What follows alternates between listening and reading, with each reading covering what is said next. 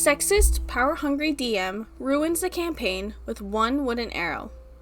This one is a bit long, so bear with me. First-time poster, long-time listener of crispy taverns and the like.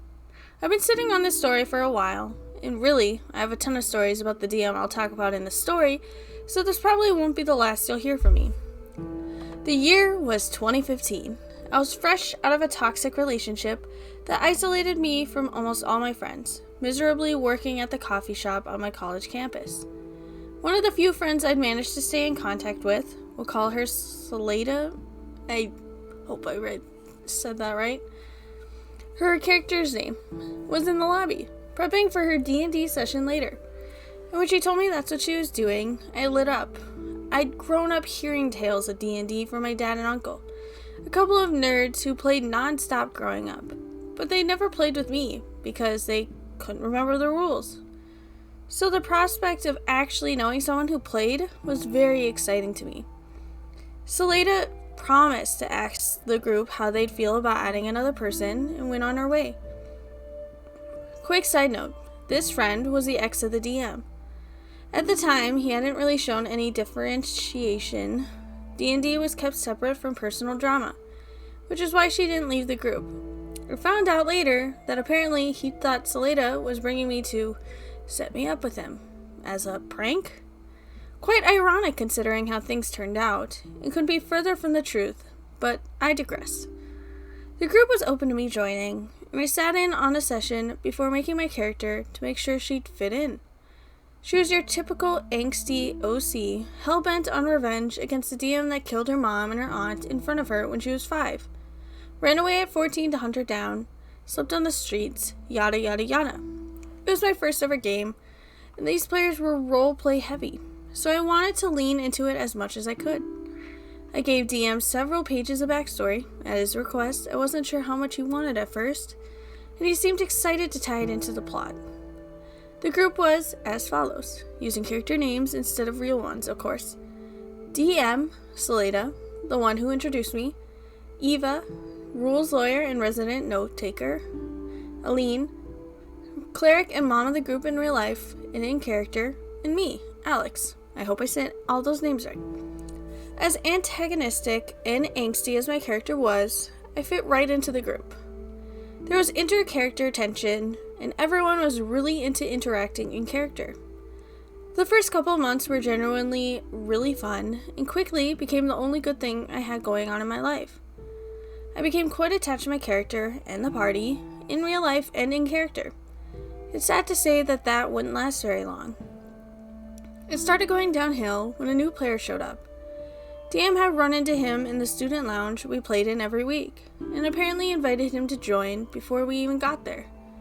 When we showed up, he asked us all in front of him, "Is it cool if he joins?" I was still relatively new, so I didn't feel like I could speak up, and the other players, I learned later, felt really uncomfortable with the way he asked and put them on the spot. So even though we already had a good rhythm and didn't want to add anyone else to the game, nobody said anything to the contrary.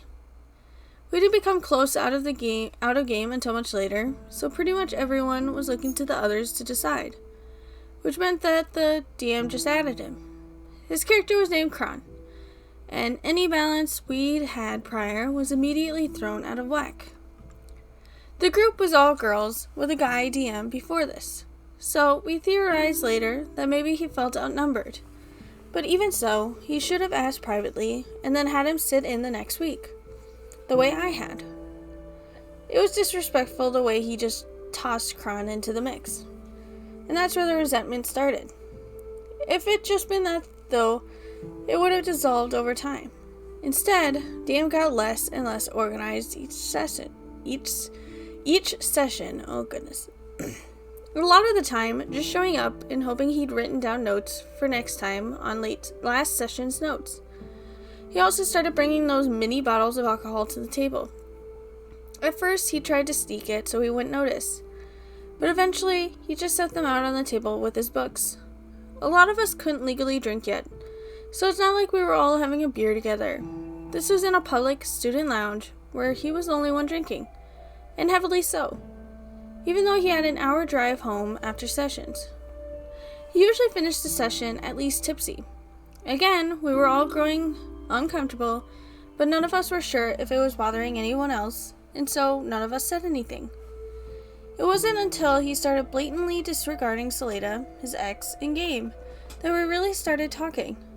She could be mid-sentence, role-playing her in-character, slow-burn romance with Eva, and he'd cut her off and switch scenes to Kron, hanging out with the dragon DNPC he had created to be best friends with Kron. It got to the point that I texted Saleda during game and she expressed her frustration to me. Shortly after, he started targeting me in the same way, cutting into what were supposed to be emotional scenes that he'd never taken from Kron or Elaine or Eva, just to speed up the story along.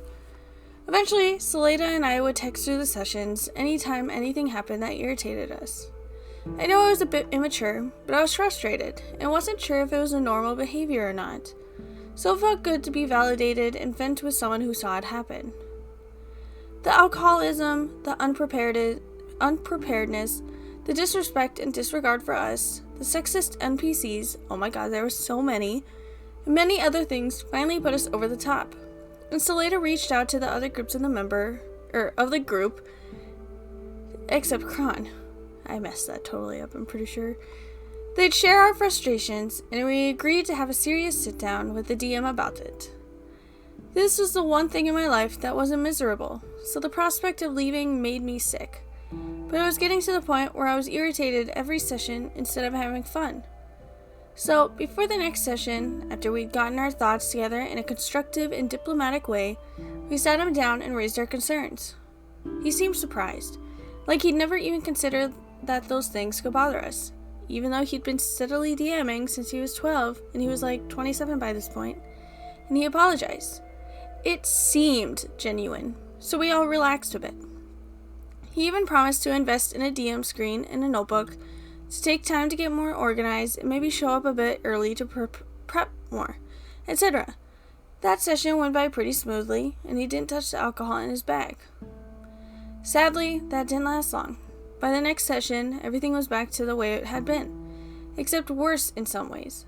His NPCs were more aggressive, and his insufferable DMPC, Dezer, who he'd created for the sole purpose of sleeping with Saleda as payment for plot information, began hanging around more and more until he may as well have been part of the party, much to all of our chagrin. Instead of downing 3 or 4 mini bottles of Fireball or whiskey or whatever, the number continued to grow, and he'd frequently start before we even got there. He was still improvising entire sessions, and even asked me for more details on my dead mother's life and such, of which I typed up a whole page and gave it to him, only for him to blatantly disregard it and do the opposite of what I'd written, and then get mad when my character refused to go down the quest he was trying to craft from it, because the information was so obviously wrong that it was clearly a trap. He insisted that it wasn't incorrect because he was the DM and it was a twist, so I referred to the paper I typed up for him. He seemed annoyed and let me drop the quest. I ended up moving in with him during this time too. Desperate times and all that.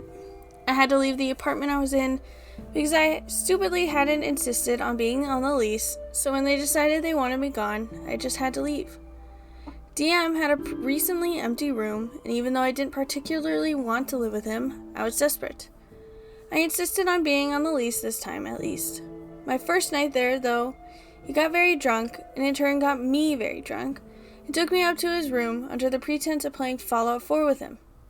Without going into too much detail, especially as this isn't related to D&D as much as it is about his character and the environment the game had turned into, the night ended in an essay, and me hiding in the bathroom under the pretense that I forgot where I was, and slipping into my room and locking the door. First night there, and we still played D&D together weekly. By this point, Saleda and I were texting during and after sessions, sometimes after DM and sometimes about life stuff. Eva was roped into this, and before too long, so was Elaine. I'd even become casual in real life friends with Kron. I've gotten some stories about him too, though, unfortunately, and he learned how frustrated we were with DM. He even tried DMing for us one time, despite only having played D&D for a couple of months and taking all of his DM advice from DM. That was a nightmare we can get into another time. We had one more sit down with DM before the end. There was this big battle he'd been ramping up, where the DM from my childhood and another big bad that had been working with her were both gathering an army against us. The previous session had ended with my aunt apparently not being dead, but being in a magical coma for the last 16 years, and she'd woken up as soon as I'd hugged her. Anyway, we transported her back to the fort. We were like level 18 or so. And as the session ended, one of our sentries ran up to tell us that they were storming the fort and we were all going to die. We thought it'd be a good time to talk to him before this big battle took place, before the way things were going, and with how frequently he bragged about having DM power and the ability to kill our characters if he wanted to. We didn't want that energy in a big battle. And besides, last time we talked to him, it at least got better for that session. At least that way, we could end, if we decided to leave, on a good note. This time, though, he didn't receive our criticism quite so well. He was defensive and refused to admit that what we were saying was true. He even got upset we brought up the alcohol again, because it's stressful to DM, so he needed it to play nowadays. Note, it's absolutely stressful to DM. By this point in my life, I've done it a couple of times. But if you're at the point you need to be shit-faced to run a game, you need to take a break. We could have rotated roles. Eva had been vocal about wanting to run a game for a while. In other words, there was no excuse. He should have taken a step back ages ago. That talk got us pretty much nowhere, but he did claim that he'd get that notebook he said he would. Yeah, he never did that or the screen or anything, and at that point, we were already gathered and ready to play, so we went along with the session. The battle started. There were thousands, and I do mean thousands, of monsters swarming the fort. Just about every NPC who ran our fort was killed, and our walls were destroyed. Then finally, I saw Ruby, the demon who killed my mother. Everything had come down to this, and even if this was the end of the game, considering how the talk had gone, at least I could have an epic battle with her. I went into this with the mindset of, Alex, my character, might die today. She's charging headfirst because this is the closest she's ever been to her revenge. If she dies, I'm ready. This is going to be a hard fight. Ruby is very powerful.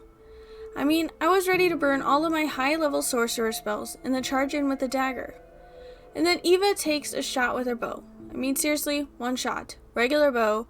She hits Ruby to help take her HP down a bit because she's become one of the main BBEGs of this campaign. This should have been the equivalent of a paper cut. I mean, really, we were like level 18. A single arrow is nothing. But instead, before it was even my turn in combat, by one fucking arrow, Ruby falls. Dead. Y'all. One wooden arrow killed our BBEG.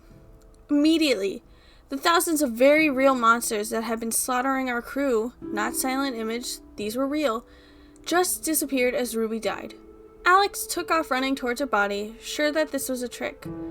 I reached down to check her pulse, and she was dead, but as I touched her skin, her voice started whispering in my ear, like she was always going to be in my head. Everyone, even Kron, just stood there, speechless. DM looked smug, and took another swig of the alcohol he'd brought. I stood up and gathered my things and left.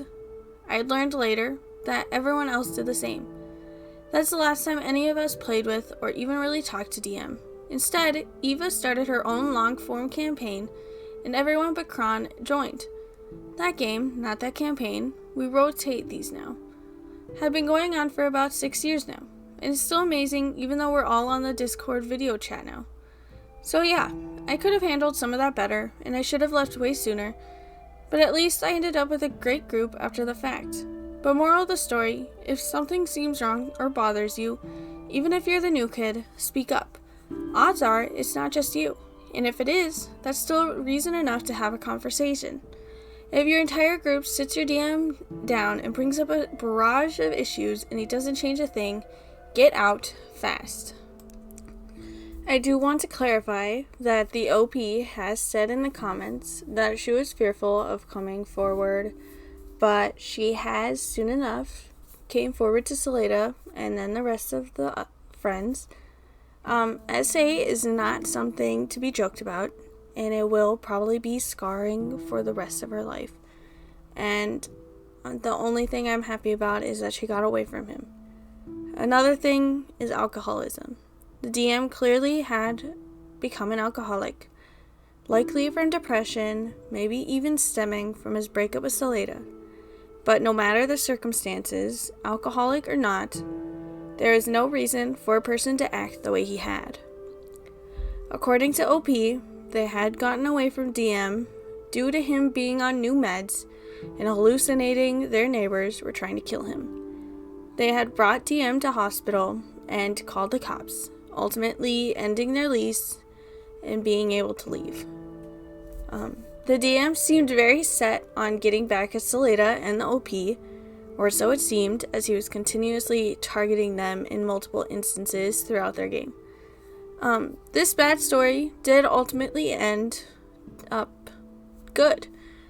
It led to OP making a wonderful group of friends, and they're still friends to this day. And that's all. Please let me know what you think down in the comments, and don't forget to like, comment, and subscribe. Bye!